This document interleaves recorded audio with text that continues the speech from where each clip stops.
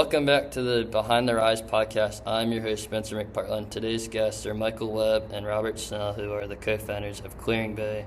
Both are engineering students. Michael is at the University of Maryland, and Robert is working in systems engineering. And a lot of what they're doing is through real-world experience at companies like Leidos and Collins Aerospace. So without further ado, Michael and Robert, thank you for joining me.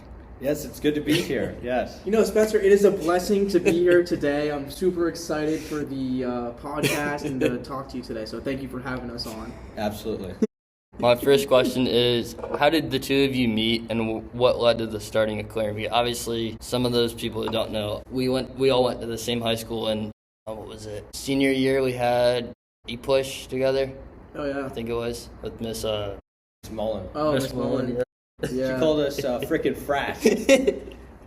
No, it's best. How did we first meet? Well, I think we first met in engineering class, and then we kind of really got to know each other through robotics, I would say, FRC.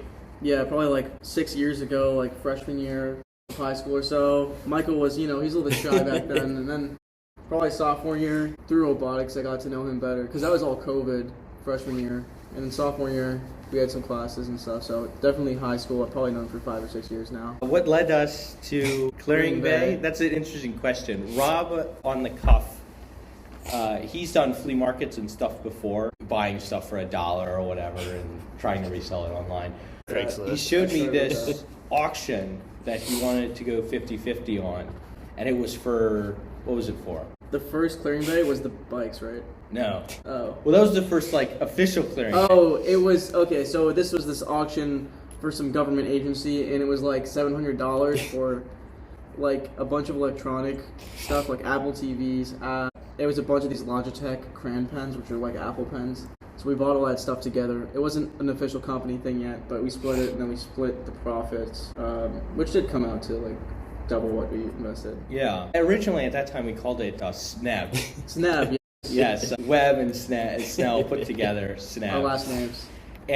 But when we tried to make something more official, SNEB, it didn't really have a ring to it. So I sat down and we tried figuring out a name. And I did, just asking the people in my dorm and random people that I also knew. I came up with a list of 50 names. And the first one, or not the first one, I really found ClearingBay. That was the name I could get behind. Everyone else liked it. The domain was available. So we really went in that direction. The original name that I also liked was Tide Lots. Tide Lots? Tide Lots. Oh yeah, I remember that. So we bought the domain. We put up a website, and we started filing all the IRS documentation and stuff like that to get an EIN. And then at that point, we were officially a general partnership. Yeah, and that was January 1st, 2025 is the official inception date of ClearingBay. Yep. According to the United States government and whatever. What about LLCs and everything else? So we're actually our official filing status is a general partnership. So an LLC has $300 a year plus a $200, or the $300 for creating it and then $200 a year for maintenance. So we just kind of wanted to stick to something that wouldn't. So what's good about an LLC is it's limited liability. So the liability for things we sell, if somebody gets hurt or something like that, then that would be able to just be, the business could lose all its money if we got sued, but we wouldn't have to be behind that. With the general partnership, we're responsible for what we sell, and if something were to happen, then I'm responsible and he's responsible to cover all of that, but we don't have to pay those fees. So right now we're still a general partnership. So we're split 50-50% stakeholding, and we have to file the taxes like that and everything. Didn't you guys, what was it, COVID, you guys sold hand sanitizer or something? That was way after COVID. Actually, that was during COVID. I'm the one, me and Michael did this together, but it wasn't officially ClearingBay. This was 2024, summer 2024. I was at the beach with Michael, and he's like, check out this website. And I'm like, oh my god, I love this website. I saw this palette of hand sanitizer. I'm like, Michael, you down to come help me get this stuff? And he's like, yeah. So then I bought 750 pounds of hand sanitizer, or 2,000 bottles. Some may be still in my garage right now, but market value, what was that? They gave us a $1,000. document. The United States government, the Metro, they paid $20,000 to this company to buy this hand sanitizer, and they sold it to me for less than 0.1% of that. We could sell each one for half a cent, and we would turn a profit. I'm not going to say how much I bought it for, but you could do the math if you're really curious. Like dirt cheap? Dirt cheap, yes. It just was a pain in the ass to take it off the pallet, and I don't have a truck or anything, so we had to like load it in the back of my minivan, and then my minivan was like down on the ground because it's really heavy, but it was good. Now, why did you two start something together instead of separately, like individuals? Well, Robert was doing things separately before, but I like to believe that, well, first of all, spreading the risk. You know, Yeah. if we lost money on one investment or something like that, the risk would be spread, and it wouldn't hurt us too personally as much. Also, spreading the responsibility, like I think each of us brings something to the table when it came to the business here. Michael had some experience with different things, and I have my own experience, and I have my own like charisma when it comes to like entrepreneurship and stuff like that. Like I'm not afraid to do certain things, but Michael also is really handy, and we bought some stuff that he's helped me fix a lot of different things, and he's definitely, so it's like an even like split of the work as well, so I don't have to do everything. Now, how do you see it? How do you see it in the opposite direction? Do you know Arizona iced tea by chance? Yeah. So what happened, and this is a good point, is the fact that the two owners started it, and then it was 04 or 06, Don and the co-founder, they got into a legal court case. Yeah, because they wanted to raise the price. Yeah, exactly. And the one, essentially, he wanted to do something with the ownership and with the company where he wanted to sell a lot of it away. Mm-hmm. And it was a matter of retaining the company. So how do you see that as, like, obviously it's a positive to have two people together in a company, but how do you see it as a negative where the one person can end up stabbing you in the back for trying to shut your company down? That's fair. So in the case of what you're talking about, that was a legal battle over how much the company was really worth. Correct. Okay. I'm pretty sure we're not too concerned about how much the company is worth at the moment. But at least in the short term, I don't think that we haven't really fought at all. I have no plans on undercutting him. In the near term. In the near term. At least not that you know of. Yeah, exactly. We also have a general partnership agreement, which is like a document that we both signed. Mm-hmm. So we're split 50-50. So for anything to happen, we need 51% in agreement. And in that case, we need to be both in agreement. And that's just like point blank how it is. And if I were to exit, there's guidelines within the agreement that specify how I can do that. Or if I were to sell my shares or something like that. It's all specified within that document. And that's like the constitution of how the company is run. So it kind of tells you, like, here's how you have to abide by it, and here's what you can and can't do. Yeah. Yeah. It's the bylaws. Yeah. Now, It's a short document, but yeah, pretty much. Early on, what made you confident that this was worth pursuing versus just a hobby or anything else? So Michael, actually, at one point when we were graduating high school, he was ready to dedicate his life to ClearingBay. He's like, we shouldn't even go to college, man. We should just be doing ClearingBay every day. Yes, we should have, because we had shared this idea. So what was the reason that we continued or whatever? It's because it made money. Okay. Yeah. Tell them about the bikes. Our profit margins with these. We made a 2,000% value added. It's pretty good. So based on what we bought things for and what we turned them around and sold them for, I mean, it's about 2,000%, and that's really good. These bikes, I mean, these were Life Fitness bikes. They were in great condition. And how much did we sell them for? So we sold them for 400 or 450 for some. I think we sold two for 450, one for 400. So that comes out to 1,300 gross, and then we bought them for 120. It's pretty good. Yeah, so that's not 2,000 per. 1,180. What did you? What did you buy them for originally? Who did we buy them from? No, what did you buy them for? So we bought the original price. Navy Fitness Center, and we bought them to sell for ClearingBay. What was it, super dirt cheap, $200? For the bikes? Yeah. It was $120. That's pretty good. For three of them, so it's $40 each. Yeah, and their original price was actually a lot higher than that. They were $2,000 each when they were brand new or something. Or they were $3,500 refurbished. Because they're just gym grade equipment. They're really high quality bikes. So that's the reason I was like, we have to go into this. And because if ClearingBay continued to expand at the rate that we were in the beginning, I mean, screw it. I would rather do ClearingBay than continue in college. But both of us understand that ClearingBay clearly has its ups and downs. So having a college degree and something to fall back on, I mean, that's extremely important. And both of us are working right now as well. But in that time, it felt like, we really should be pursuing this further because we found an inefficiency in the market. I said that back then. I said, the fact that we're making money shows that there is clearly a market here that needs to be, I don't want to say the word exploited, but pursued further. Yeah, definitely. Now, what was like your customer market? Was it the everyday person on Facebook Marketplace who's buying it and saying, I'll meet you at wherever? Or was it like the large commercial people who were saying, I'll buy your stuff in bulk and I'll pay you a big price for the items? It was I'd say more like a 20% of the commercial and 80% just the everyday consumer. Like we had we sell things on eBay, storefront, Facebook Marketplace. We were going through our website a little bit with certain people. And on our eBay, we did have people buy like all of those crayon pens I mentioned at first. They bought like 40 of them for like almost $1,000 or something at one point, right? Yeah. And it was crazy because that was a lot. But I just put them all in a box. It was really easy to ship back. And then we also had some hookah bar. They bought computers from us, and then another hookah bar bought a door from us.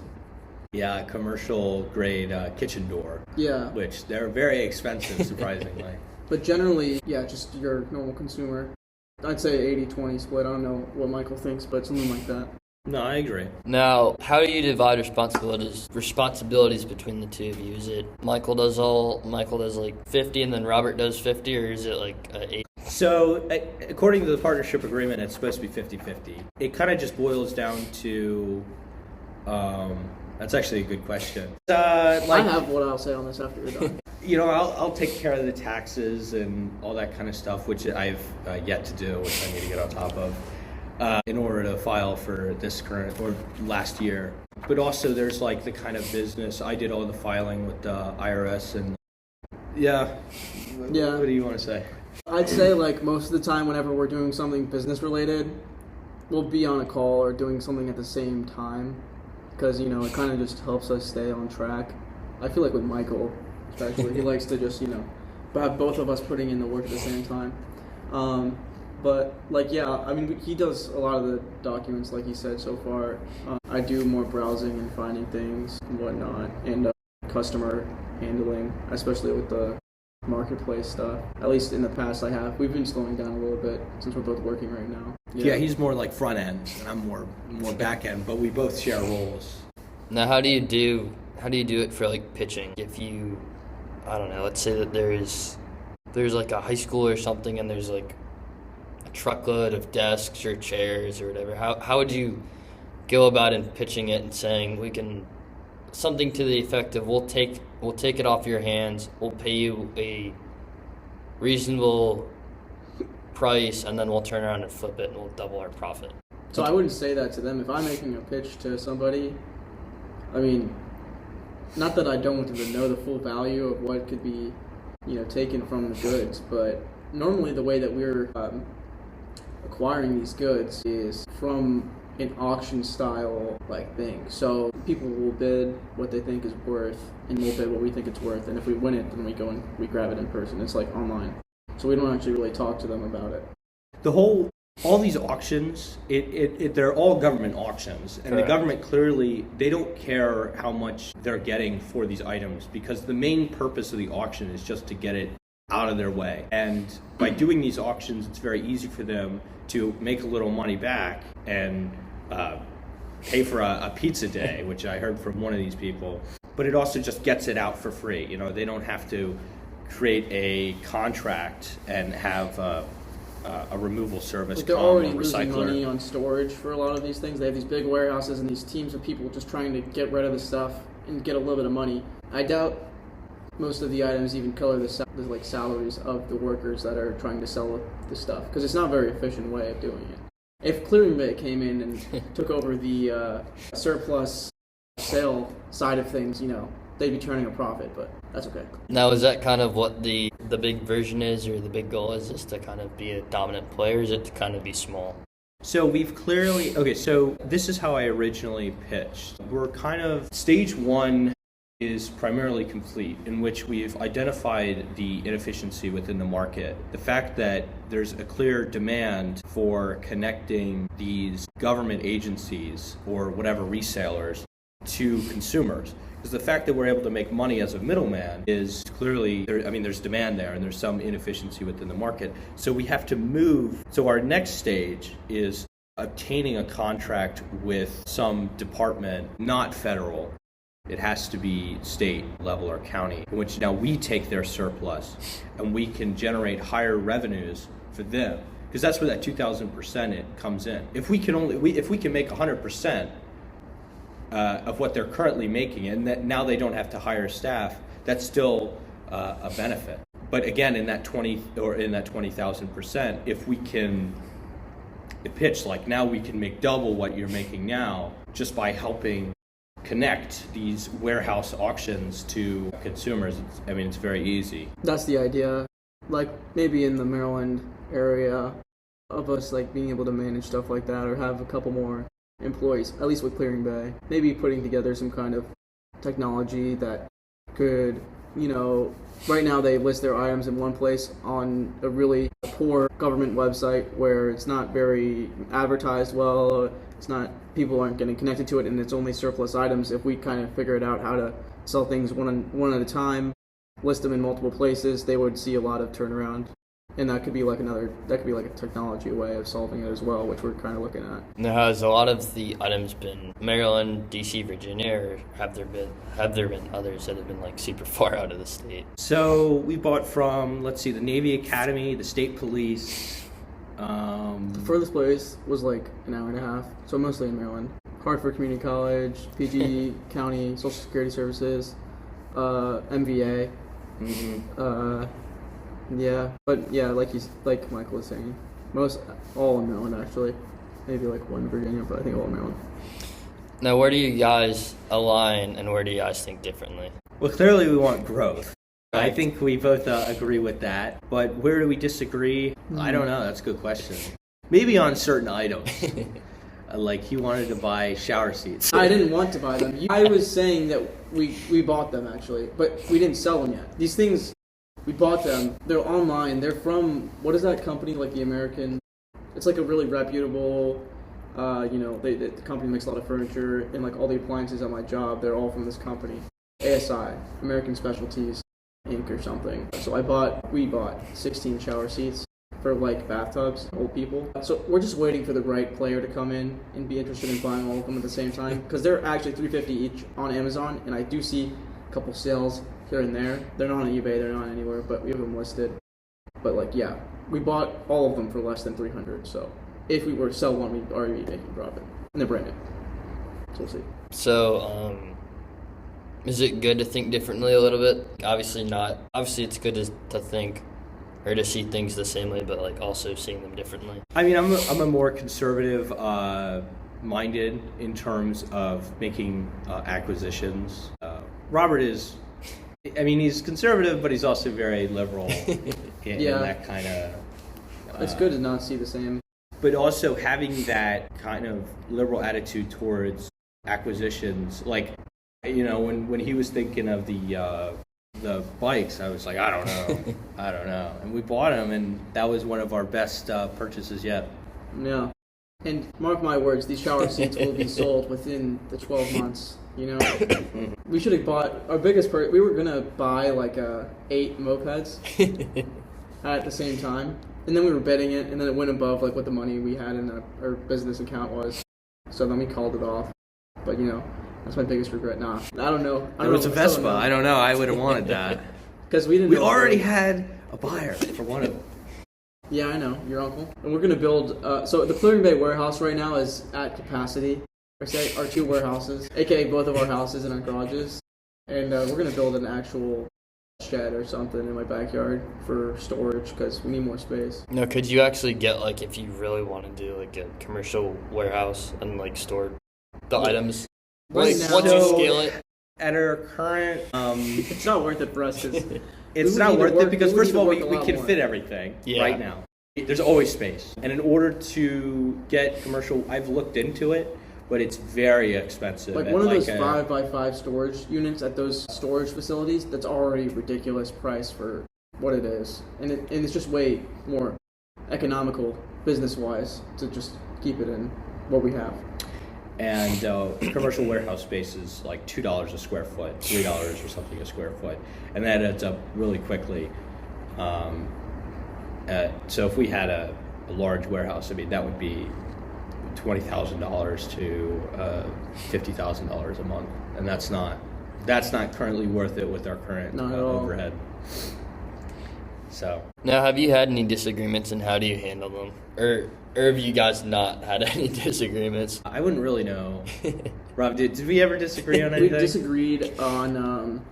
So I had we had an order on our account on eBay, and I made a label, and I was gonna like ship out the item, and then like Michael, well, it was like the customer wanted the item quicker, but we have like a week turnaround set on our eBay, and then a couple more days went by past that because I created a label and I didn't turn it in yet, and they were texting us, and Michael went ahead and refunded them. I disagreed with that. Well, so that is true. I did refund them, and the reason I refunded them is because they requested a refund, and I wasn't about Yes, to. but he didn't. See, we're 50% partnership here, and he did not give my approval for that. But it's okay, I forgive him. That's our disagreement. That's kind of the extent. We've never really disagreed on the path of the company Yeah. acquiring goods, because in the long run, we know these goods will sell. It's just, do we currently have the space for them? Somewhat no, but we continue to acquire new things. Now, how do you guys balance school, work, and building a company at the same time? So most of what we do, so my kind of schedule is pretty lax. I usually get off by 2 or I'm really early. We usually do this, like ClearingBay really started up, and I was getting up at 6 a.m. and I would be driving to his house, and we'd be going through stuff and marketing them and stuff like that. And that was during winter break. So when we have the max amount of free time, that's when we're doing the most amount of work. But we've done work, like I'll be shipping stuff out when I'm at school as well. And it's convenient that we live pretty close to our ClearingBay warehouses. Yes. Because we can just immediately ship stuff out. But there's not really that many big acquisitions during the school year. It's mostly on those breaks. Like So, Michael yeah. said, we were trying, but it ended up being really difficult to handle these acquisitions. Like, we always go together to pick stuff up. And then during the school year, he goes to UMBC, I go to UMB. He's the only one with a vehicle, which I have one now, but at the time, it was more difficult. So he had to go alone for one pickup. We had to delay some of them, stuff like that. But yeah, like he said, during breaks of school and our time off, we find more. Now that we're working, I feel like it's gonna be picking up a little bit more, but we haven't really gotten into acquiring new things recently. More of it is maintenance during those time periods where we don't have a lot of free time. So we have like 100 and something items listed right now, so anything that sells or there's interest in, we go and sell that. So you guys are able to balance all of it at once? Oh yeah. Like with work and everything else? Yeah, more or less. Not at peak ClearingBay capacity, but we balance it. So it's not like a stress level and then like, clear or whatever. It's kind of like equal balance. Yeah. What's been harder than you expected about actually building a company? What's harder? Taxes, mostly. There's like 18 forms to figure out. We're gonna have to pay on our profits like some ridiculous amount or something that I haven't looked at fully yet. I actually. We don't want to talk about this right now, actually, but but that's on the profit though. That's on. kind of, it wasn't that convoluted once I understood what I was looking for. But first getting into, of course, setting up an LLC is sort of the first thing you want to do, and so that you can direct profits instead of to yourself to the company instead, and have the benefits of having a company as well. I think for this year we were gonna set one up. We haven't really talked about it that much. An LLC? Yeah. Yeah, I thought about it too. But I think we're just always on the same page, We just have that one picture with the brains that are with the line between them? That's us, But the most difficult part is just having time. because obviously we want ClearingBay. I feel unless it just all of a sudden starts really picking up, it'll always be like this kind of side business where we have the benefit of having a business and also the money. We share the money. It's currently sitting in like an account, and we go have free lunches and stuff like that. Yeah. We talk about a little business. That's what we do with the money. But you know what? I'm totally fine with that. Yeah. Because now, like, you know, when we go and we have a business chat while we're eating some food, we spend most of the time talking about our business, so obviously that's a business expense there. We always go to Fogo de Chao. No, we don't. That's our primo We never went to Fogo de Chao. location where we spend our money. More like Olive Garden is most common, probably, or Applebee's. Now, what do you think building a company would look like, and how does it actually look like now? Like, what was the vision, and how does that actually match up with reality? What did you think building a company would look like, and what does it actually look like now? Like, I think part of what I asked originally was, how did what you saw, like, envision versus reality? Like, what did the fruition come to be? Well, what did we envision? A giant warehouse with ClearingBay written on the side of it. With a box truck with ClearingBay on it. Yeah, a box truck with ClearingBay logo. Many box trucks, thousands of employees. Or a tractor trailer at the warehouse. Oh yeah, sports cars. It's a sports car with ClearingBay written on the side of it. So it's a business expense. What is it? It's a lot. So that's kind of the stage 2 that I'm talking about. Stage 1 has been proven. And it's clear that there's an inefficiency, and we have to move on to stage 2. And that's where stage 2, that's where the money is actually like really possible. And it gives us a strong foundation to other contracts and for loans and things like that. Because currently we wouldn't really, it would be very difficult for us to get loans for acquisitions of anything right now, because our liquidity is all based on the money we have in the bank and the goods that we haven't sold, and that's what our liquidity is. So there's not enough of a strong foundation or contracts that would get us to that stage 2 yet. But we have looked into government contracting, but we have yet to start submitting proposals and things like that. So getting that strong foundation in order to build up to our dream, with ClearingBay written on the side of there's not a lot of Porsche bids. Taycan. There's not a lot of like requests for, surplus. It's kind of for, selling the surplus goods. It's more of like a niche thing that they might need somebody to come up to them. Someone like along those lines that we need to find our own path. But it's gonna happen. Unless it's like planes or trucks or anything of that nature. Yeah, maybe something like that. Because even those I think like high ticket items, it'll sell for like. Yeah, but they also don't sell very much. Yeah. Yeah. That's the point.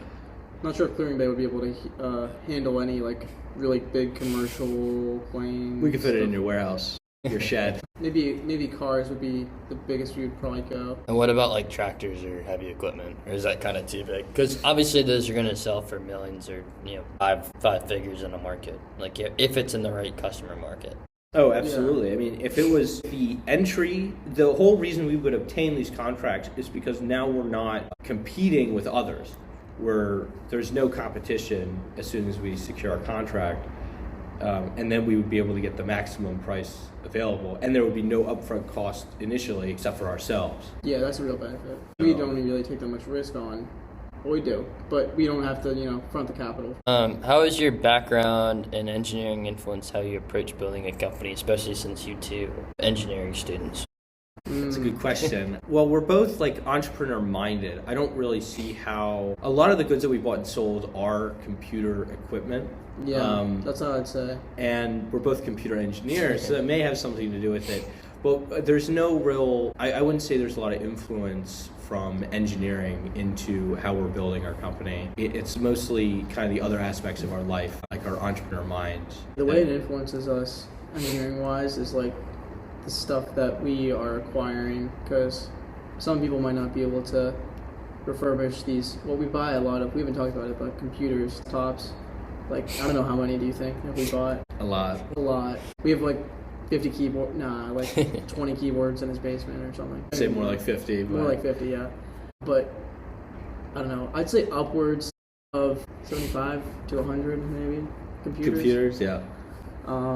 When we bought like exercise equipment, but only like 7 or 8 bikes. And yeah, I'd say that kind of like engineering helps us to refurbish and be able to talk about the goods we're selling. So I think differently and kind of think outside of the box, especially as entrepreneurs. Yeah. Well, in engineering, they really don't teach you how to think outside of the box. They kind of just tell you to think within the box of what's possible.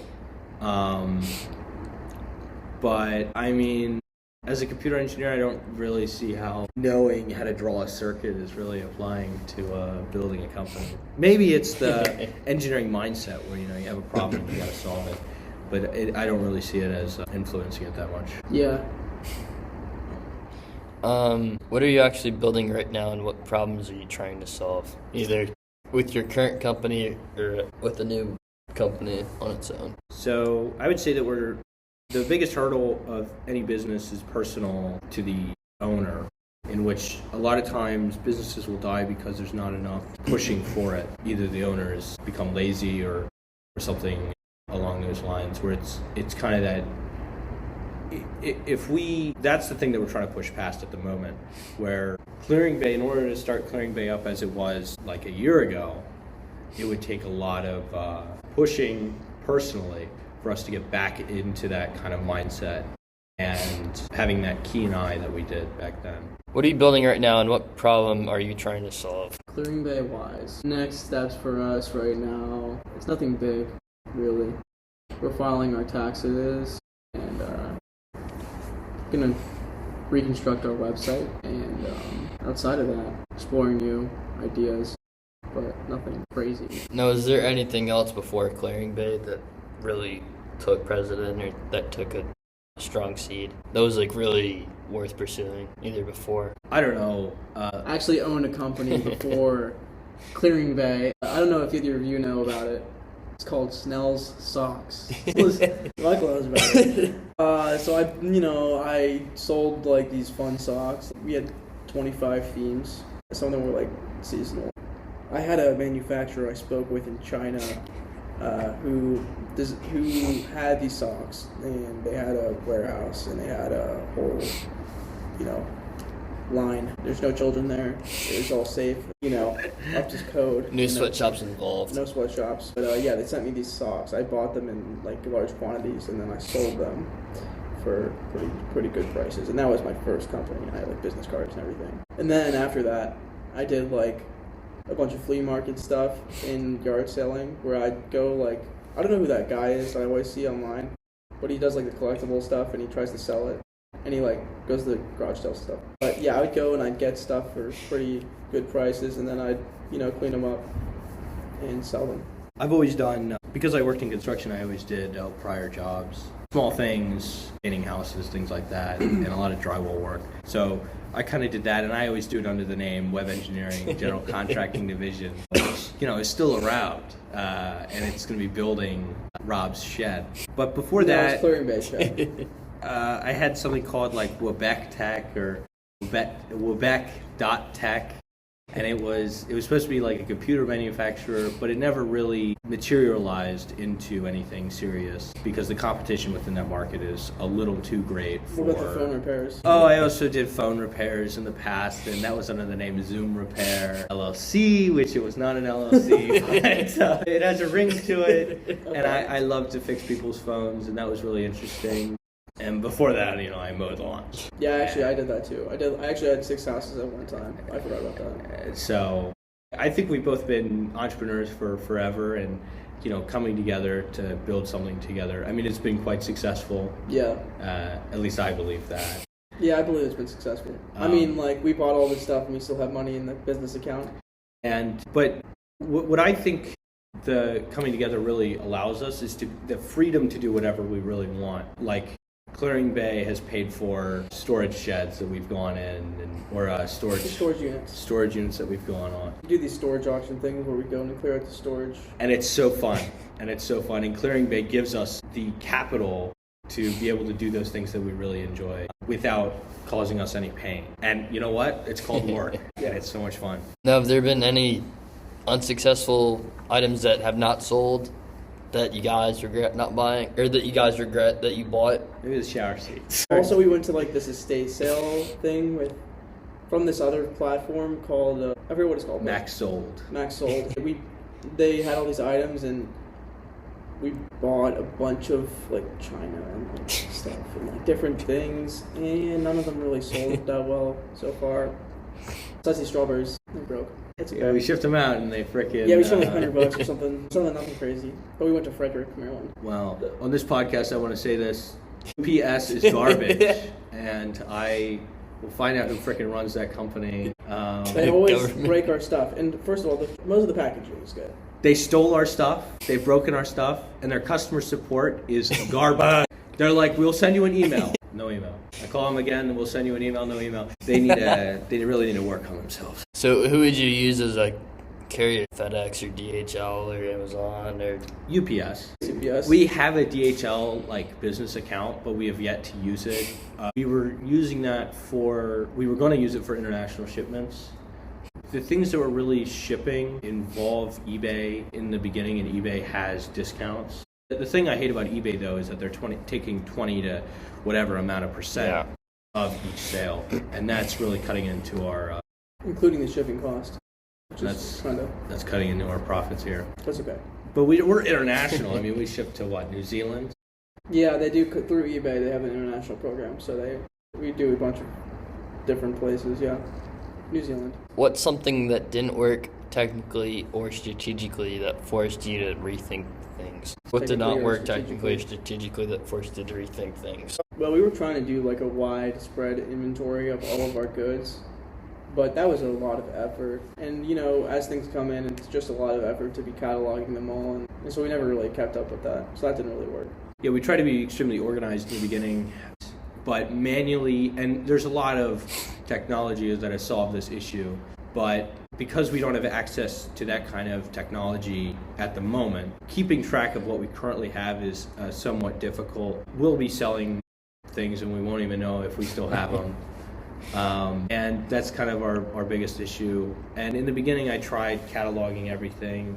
On the way back from a warehouse where we bought stuff, I tried to be cataloging stuff on an Excel sheet, but that is a very manual process, and we still have not gotten the tools that would speed up that process. So it would just be easy as scanning a barcode. Most of the time, we really just remember what we have in our heads. Which is not not good. Yeah, but it's okay. It's never really caused a big issue. Now, how do you see AI kind of helping you or allowing you to be more efficient or more profitable with what you're doing? So we actually wanted to build an AI tool that would be able to analyze items for us. This was the app that I was talking about that was listed in multiple places. It have some AI functionality where it comes up with a caption about the goods, and it would talk about what it is so people can read it. I kind of use it when we're listing things often. eBay has their own feature. Facebook Marketplace, I'll use it for the caption. So has it helped you, or do you think that it's gonna? It's definitely helped. It's really it really speeds up the process, because for a lot of these items, it's not like we have a reference of how much it costs. Like the life cycle bikes, we would have had no idea how much those things cost. The feature that we use the most is the Google Smart. What is it called? Smart Google Lens. It's called Google Lens, and I can take pictures of things, and it will reverse image search them online and tell me what they are, and mostly what we're interested in is the value and what they're being sold for online.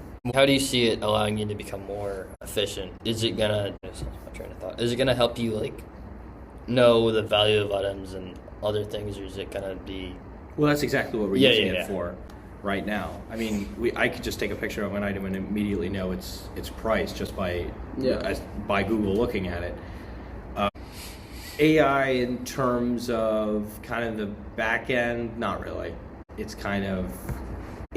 too vague, and the amount of information that I would have to put into it in order to figure out what we're exactly looking for, it's especially generative AI, it's not as useful to our company. Now, what are you fixed on right now to move ClearingBay forward? What are we fixed on? Focused on. Moving it forward, I would say. Bigger ticket items.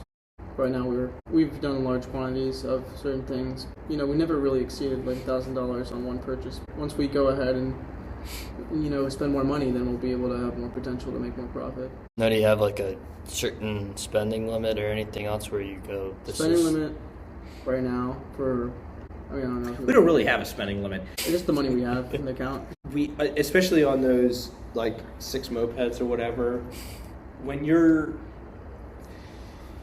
It's a lot of money to just go throw around. Yeah, Exactly. And it was, we don't know necessarily the condition of them, and we would have to do a lot of a refurbishment report and stuff on each one of them, and it's a lot of work for those kind of items. And so what are we focused on? Yeah, those bigger ticket items where we can the earning potential is a lot. We have yet to purchase something like that.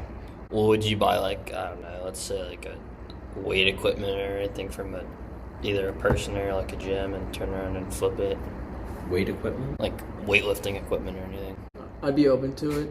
We're open to anything. One thing that We offer consignment. yeah, we would do consignment. We're looking. People keep asking us to sell things for them. Then we'll take a profit or take a certain percentage of the profit from that. With some big equipment like that, the one concern is storage. ClearingBay warehouse has limited storage right now, but we're working on that. So yeah, our main concern would be storage with bigger items. That's it. Now, what's bad advice people give you about starting something while you're in school? They said not to. People said not to do it, but I don't know. There was one guy that was telling us about some AI, that we need to be focusing on AI instead of our core business.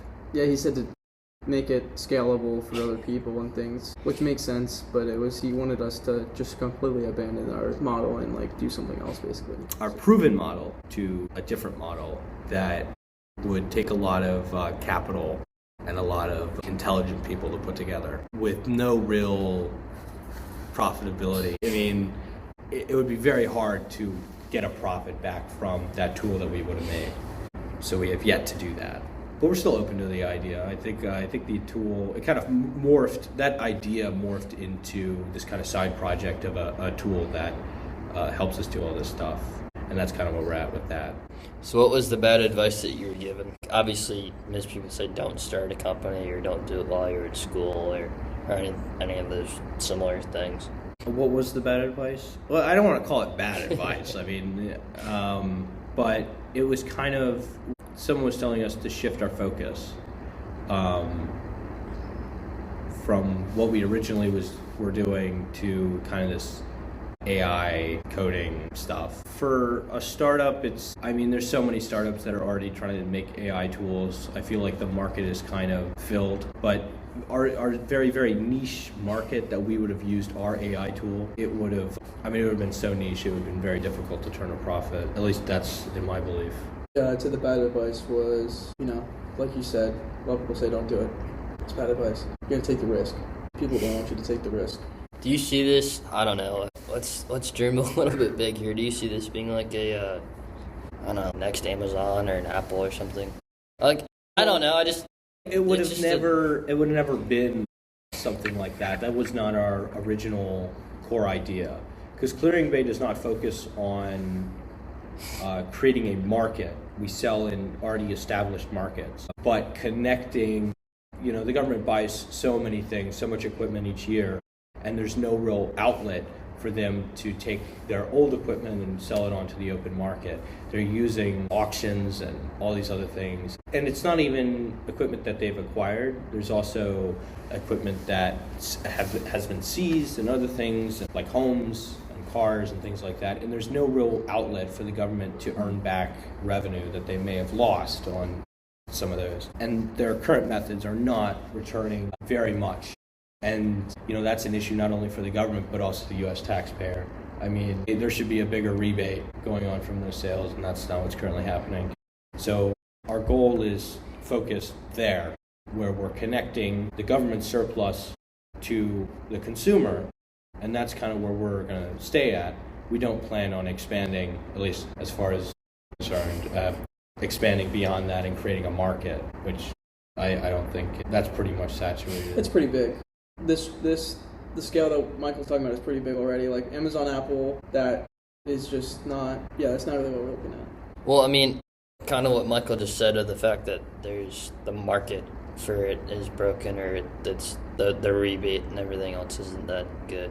If you really wanted to, I think you could go into it and clean it to save people a lot of money. I mean, I think it'd be up to you if you wanted to do it. But. We are saving people money already. Correct. It's just, what I'm saying is, we're not going to start up a new Amazon or a new eBay, because those are already established selling platforms that connect buyers and sellers.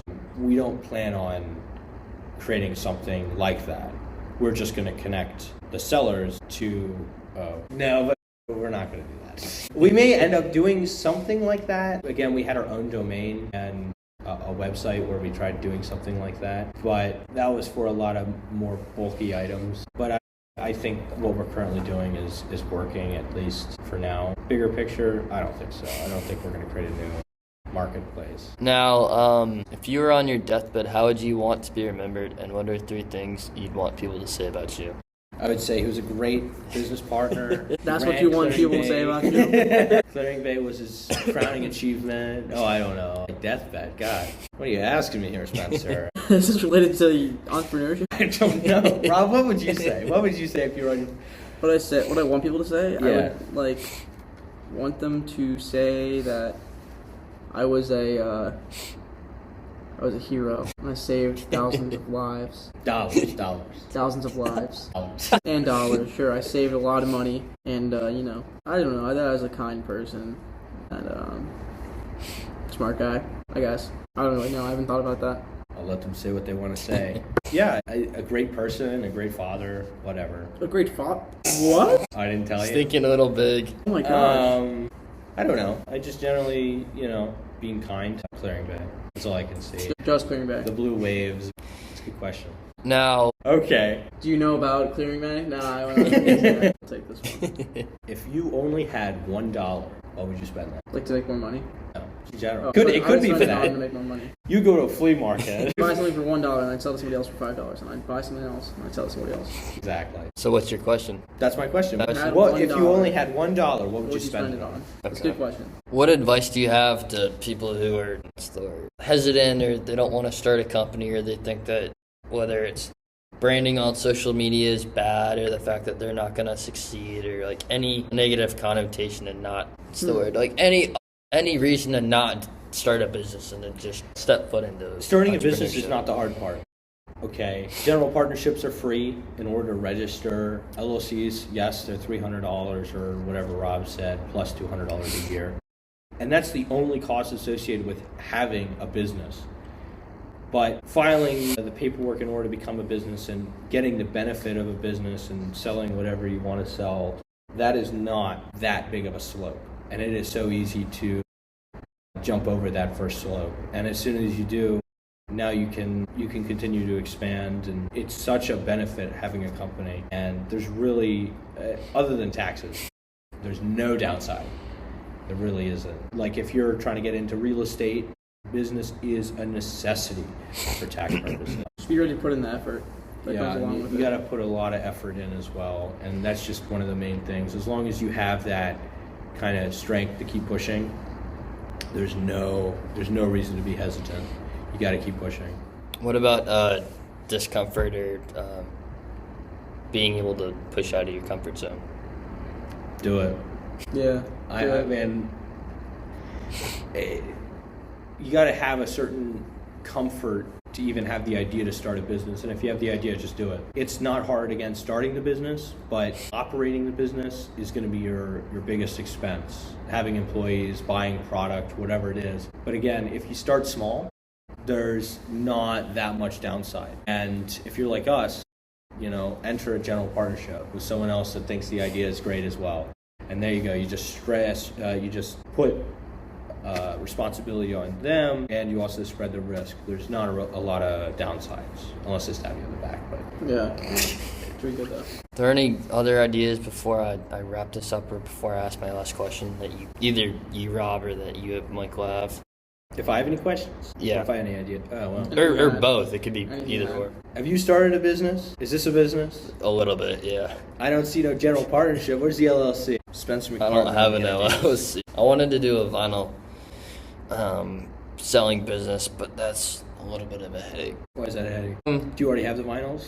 I already have the vinyls. What's the issue? It's more of supplier and then filing the tax paperwork and coming up with the LLC and everything else. And then I wanted to turn it into an app where it's like a store finder, and it says it's kind of like taking eBay and taking AI and integrating it, saying, I want this vinyl.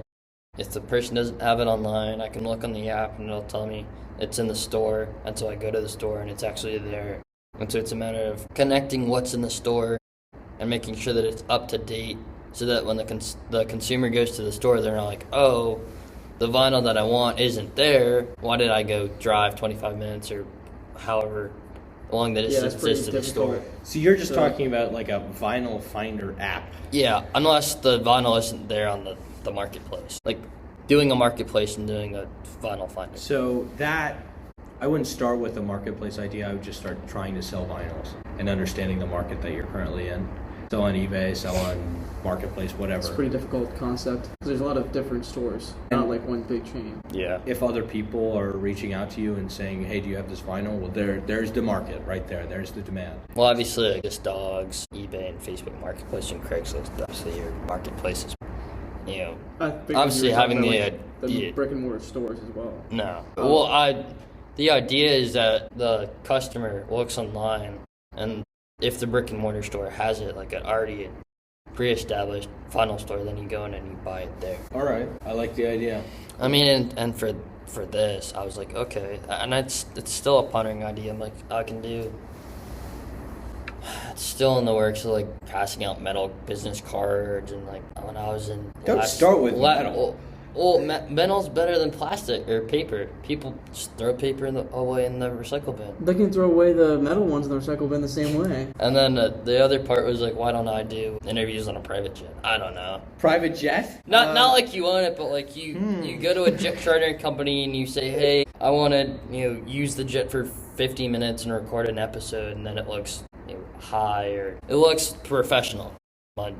Is what I was aiming at. I don't know. It's just an idea. From this to the private jet would be crazy, though.